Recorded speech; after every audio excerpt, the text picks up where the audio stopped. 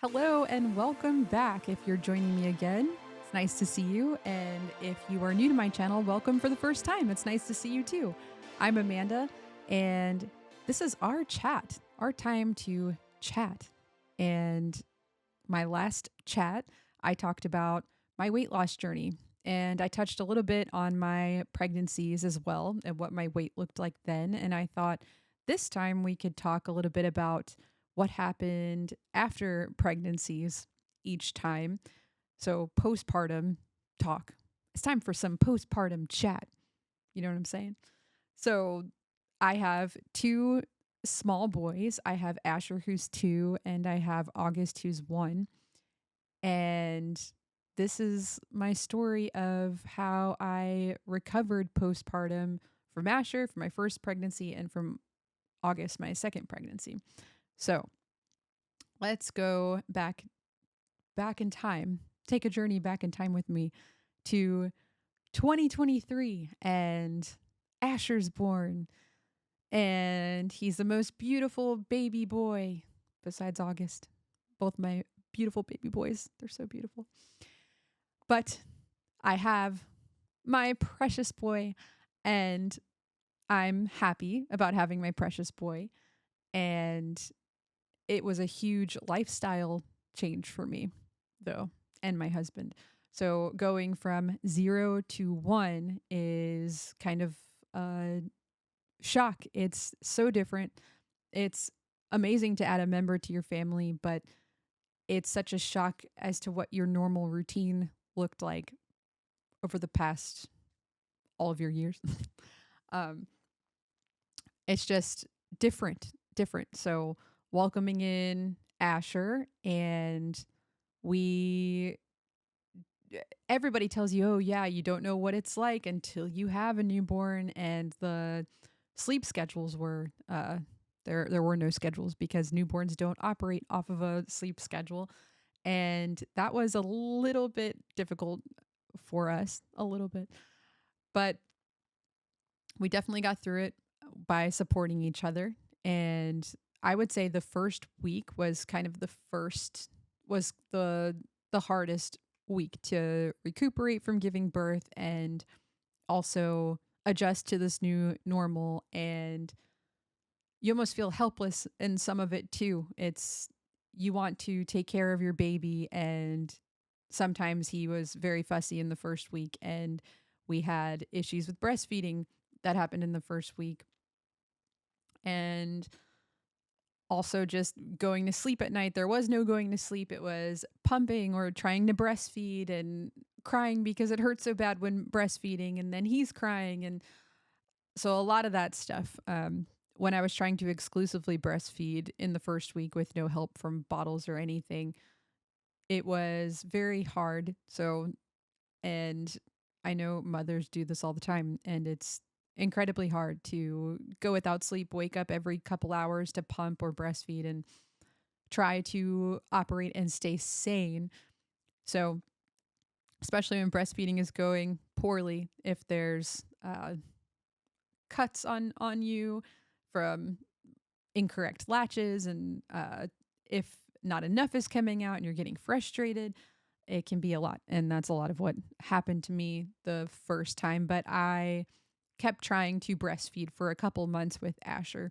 With August, I tried for a solid week, and then we switched to formula, and I couldn't have been happier. And now I fully plan on not breastfeeding and doing formulas. So a fed baby is a happy baby, and putting them on a really great formula brand is best in our situation and best for me. And that's what I've learned going forward too. But it's very difficult and has been difficult for me with breastfeeding. So that was a challenge. So with Asher, a lot of that challenge. And then I was so protective of trying to breastfeed that I wouldn't let people use a bottle or try to feed him that way too in the first week, which we then switched to bottle and breastfeeding and pumping. And I fully switched to pumping too, which also didn't help my milk supply a whole lot, but that's what happened.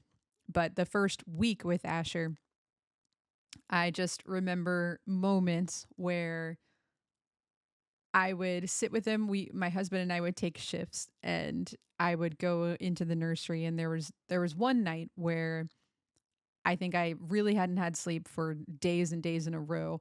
I was losing my mind. I had emotions all over the place from being postpartum, and Asher was crying, and nothing I was doing was easing his sorrow and his cries, and that hurt me too. And I was frustrated with myself not being able to help him, and it was just a disaster. I think it was 3 o'clock in the morning in my shift, and I took a deep breath in to just absolutely cry and lose my mind. And right when I took my deep breath in to have a full cry, my husband walked through the door at the exact perfect moment to relieve me and to take over on shift. So he totally saved me from having a complete mental breakdown that night. But it was getting to the point where it was just about to be so bad, and the two of us just crying together. And I was just frustrated for hours not being able to help him. So once we incorporated the bottle, it was definitely better. As weeks went by, he definitely was able to sleep a little bit better. But those newborn nights are very hard, not having a schedule and not feeling like anyone's getting any restful sleep. So those shifts are important to do. And I remember one night, my husband's mom, my mother in law, actually stepped in, and she sat with Asher for one night. And that was the night I was able to get sleep and kind of just collect my thoughts and become in a better mental space. And that one night that she did was incredibly helpful. And then she went home after that, back to Florida. But that one night, we called her the employee of the month. I wanted to hang her picture um, in the hall for just taking that shift. It's jokes because of the shifts that my husband and I were doing, but that was so incredibly helpful to the two of us. So thank you if you're watching this. And so that was nice, but it's hard sometimes. So that was definitely hard. And I remember one point in that first week, we had a lot of family members come in and meet the new baby, and they were all excited to see him. And I remember I was taking a shower, and just out of nowhere, I was getting ready to go downstairs to meet everybody, and I was just so overwhelmed with hosting, and also with just the lack of sleep that I the lack of sleep was just getting to me too. And I think the that's when the hormones like hit me the most, and I just started hysterically crying, having a breakdown in the bathroom, just being overwhelmed with everything, and crying to my husband like about nothing. And he sat with me for 30 minutes and calmed me down, and then I collected myself and I was okay after that. But that was another just breakdown moment that I had. And really, those breakdown moments and having those thoughts really were very strong in the first week or so. And then I was okay after that, and everything was fine. But those surveys they make you take at your doctor's checkups or even at your baby's checkups to see if you're severely depressed after pregnancy and if someone has to have an intervention with you. I just remember I completely answered the survey one way. Just, I do cry at the drop of a hat, and I'm very intense with my emotions right now. And sometimes I'm not able to laugh at things that I could laugh at. And then I took the survey a week later, and I had like a perfect happy score on it. So it was just two totally different scores. One looked like I needed help right away, and the other one looked fine. So hormones can do some things to people, and I know that can last for a while, past the week or so that I had those swings and craziness happening for me. So if you've had to deal with hormones and postpartum depression, and I would love to hear your journey, what that looked like, and how you were able to get over those things or talk about those things, and what it felt like for you and what you remember about it, because it's definitely it's nice to talk to people that have been through it and can relate on some aspect to that too, because it's like being in a completely different world. That's what I felt like. I felt like not myself at all. But that was the really tough time with Asher. And then after that, pumping and getting frustrated, not making enough milk. But the breastfeeding really wasn't working out that well with Asher. And so that's why I kind of exclusively switched to pumping. And then I just basically stopped making a lot of milk for him to drink. So it was kind of doing some breast milk and some formula. And then it basically just switched to all formula after that. And he was very happy on formula and grew very well. And that was that. So I would just say to all new moms out there, don't get frustrated too much, or try not to get so frustrated if breastfeeding and pumping your own milk out isn't working the way you thought it would in your head, because it definitely didn't in mine. And I know some people have just an oversupply of milk and you kind of see those videos online, but that's not typical of what happens. So it's important to give grace to yourself, and there's nothing wrong with formula feeding as well. So just things to think about there. And yeah, that's how that went. And then with August, I kind of forgot how difficult the breastfeeding was to, and I was practicing the proper latching and things were still hurting, and it just felt like we weren't getting anywhere, and it was very hard to track how much he was eating from breastfeeding and everything. So I thought, let me try this again with August, and it was 1,000 times worse than what it was with Asher. Like really sore breasts, sore nipples, bleeding, very difficult. Had to get prescribed medication to help with the cuts and the pain. And it was just a bad experience there. And he was hungry. I was crying. He was crying while I'm in intense pain. And it just wasn't worth it after doing that for a solid week of tears and the two of us crying together. And so then I switched to formula for August exclusively there. And that worked out wonders, and switching to formula faster. So I thought, let's next time just go with formula from the start. There will be no worries. It'll be a much easier time. And also, it was just a much easier time with August in general, with sleeping and making sure he's happier. And I think it helps to have a good stream of milk and he's happy and definitely eager to sleep more that way. So there weren't any moments where I was about to break down with him in the nursery crying, besides the breastfeeding in the first week. After that, we were good. And what really helped us was my husband is so kind and has been a wonderful partner through everything, especially with these pregnancies and then also caring for newborns too. So he would do some of the difficult times at night so my body could recover, and he would take the night shifts or the early night shifts, and that helped tremendously with August, because my body was recovering from 2 back-to-back pregnancies at that point, and I couldn't be more thankful for the time he put in with that. And I was able to operate much better during the day with August and early mornings with August. And so that was incredibly helpful. And he continued to do that until August was on a good sleep schedule, or he'd be the one to go wake up and help him or give him a bottle and go back to sleep, because it was just much easier for him to go back to sleep. He doesn't have any issues going right back to sleep. And when I would try to do some of those middle of the night things where we're just getting woken up a couple times in the middle of the night, then I would take hours to go back to sleep. And sometimes I wouldn't be able to go back to sleep. So my sleep was kind of all over the place if it was interrupted a couple times. So that was great. We partnered together with that, and him taking those 3 a.m.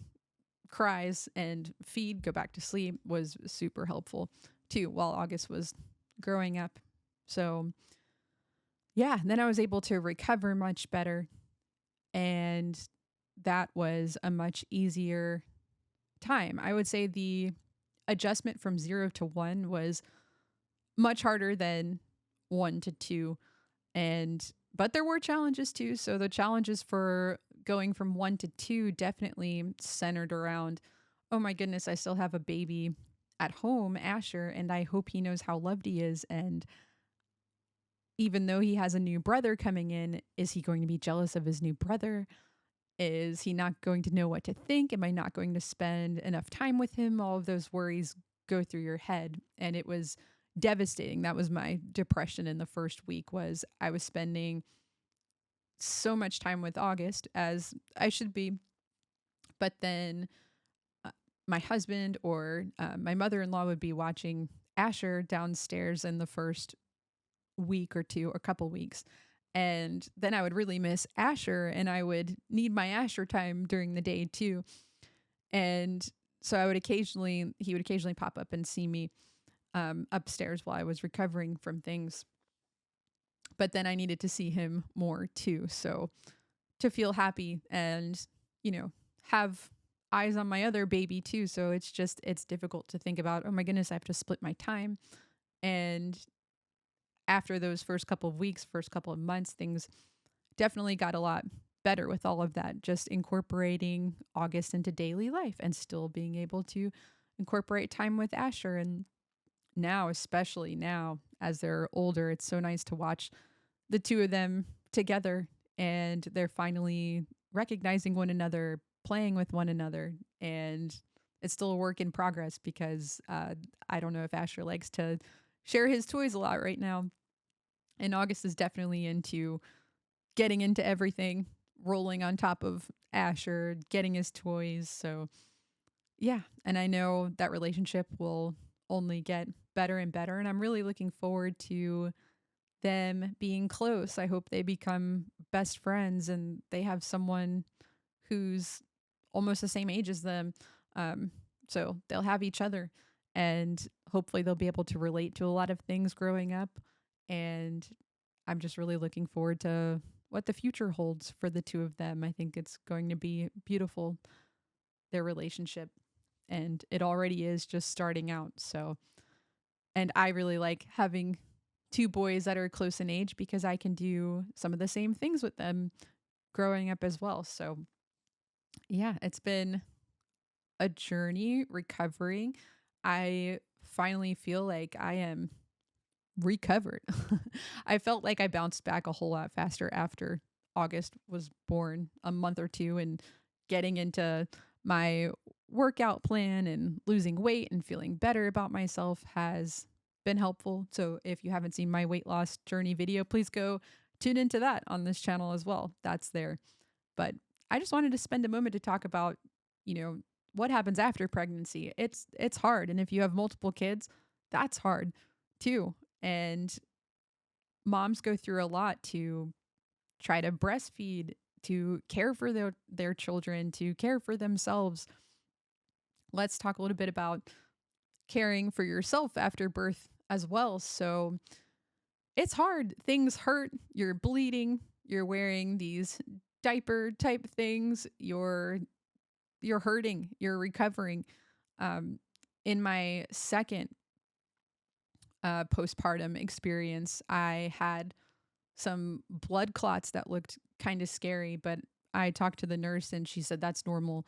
And I didn't have that so much with my first, but there's scary things that can happen too. Your body is expelling a lot of what happened during the birth process too, and continues to do that for a month or two after.